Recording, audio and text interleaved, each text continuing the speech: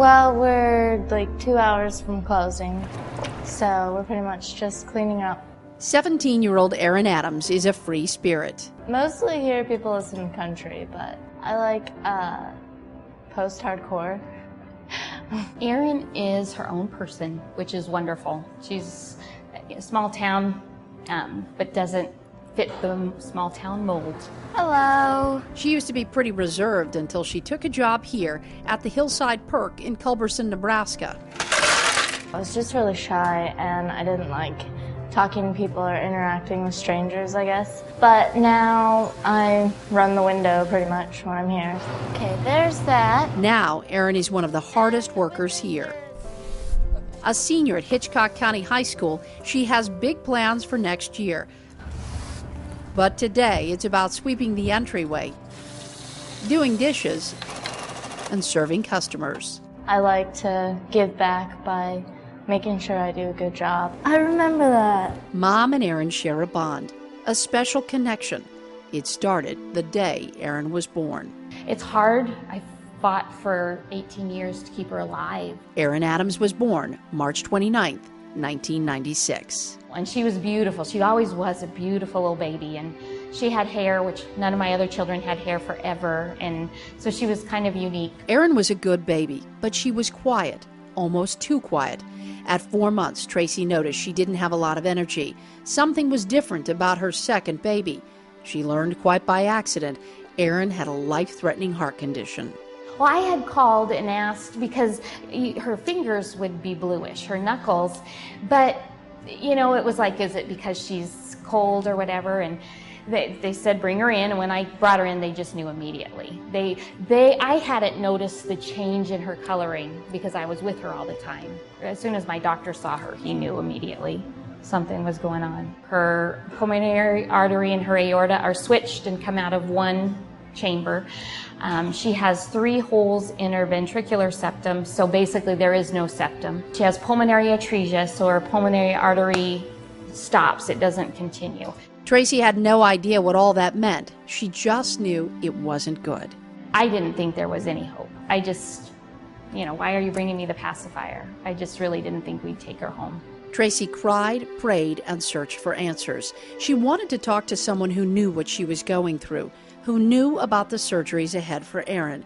But living in McCook, Nebraska, she felt isolated.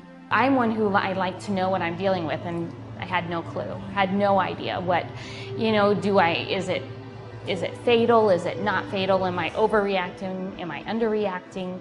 I just had no idea, nowhere to go with it. This one I'll always remember because Aunt Diane. 300 miles away in Omaha. Look, we had matching denim jeans. Yeah. Another family was starting their journey. When we went in for like the 19 or 20 week ultrasound, that's when they decided, let's take another look, because they couldn't see all 4 chambers of her heart. I was lost because there was not much information out there about heart problems. It was really tough to go through, but... Jamie Peterson was born August 21st, 1997. Oh, she was beautiful. Yeah, she was beautiful. And they put her in my arms, and I couldn't really see her. But I said, hey, and she stopped crying and looked right up at me. Jamie's a typical teenager now. I was in love with the Harry Potter series. She loves to read, play video games, and keep Mom on her toes. I don't think of myself as any different than a normal teenager. I mean, I get in trouble, I do dumb things. I'm a normal kid. But Jamie's first few years, her first few breaths, were anything but typical.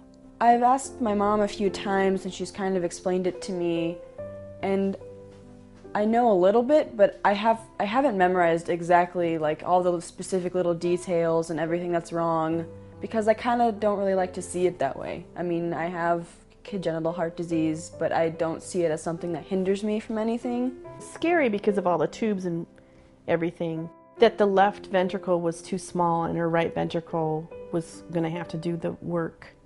And she had a big hole in the septum between the two, so her great arteries were transposed, and she had mitral atresia. Her mitral valve was not done developing. Sue can recite it all back now, but when she was going through it, nothing made sense. 99% of what they said was incomprehensible to us. You know, back then the internet was available, readily available, but new, kind of. And so here I am online trying to figure out, I tried to write down everything they said. Sue found the answer she was looking for when she decided to post something online, and Tracy replied.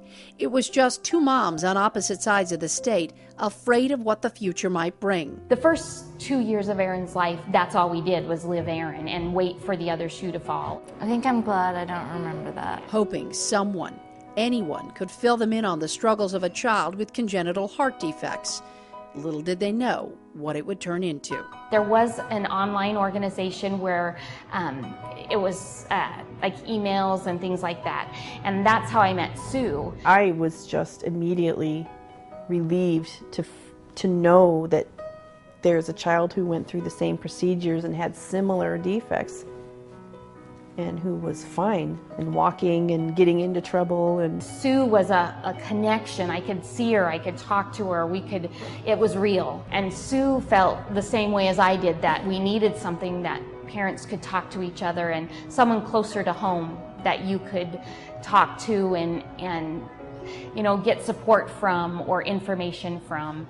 And it just kind of grew from that. It grew into Midwest Heart Connection. It's bigger and better than I could have ever dreamed, and it's so important. I love it. I remember seeing a billboard on the interstate, and I was driving by and I was like, It may have started out as a support group for children and families with congenital heart defects, but now they're raising awareness and money for research for families across the country. The importance of Midwest Heart Connection and making that connection throughout the treatment and throughout the congenital heart disease process is extremely important to both the families going through it at the current time and families that have gone through it in the past, because it's a way of coping and helping people out and just providing support and being there for each other. Jamie and Aaron are happy, healthy teenagers. The first time you were on a horse, you could barely sit up. Their mothers still talk, but not nearly as often as they used to. We always had so much fun. I remember that when we'd go over to her house. Yes. They were two moms on a mission to give their girls a future, and in the process, provided help and hope to thousands. when you're ready, go ahead and call somebody, Midwest Heart Connection, because there's nothing like talking to someone who's been through it, and things aren't as bad as what you're probably feeling right now. Please continue, because the hospitals and the scientists have come so far, but there's so far to go, that there are going to be children like this who are in this great of need for a long time before they find the answers that are necessary. And so we have to all work together to help those who are suffering through it.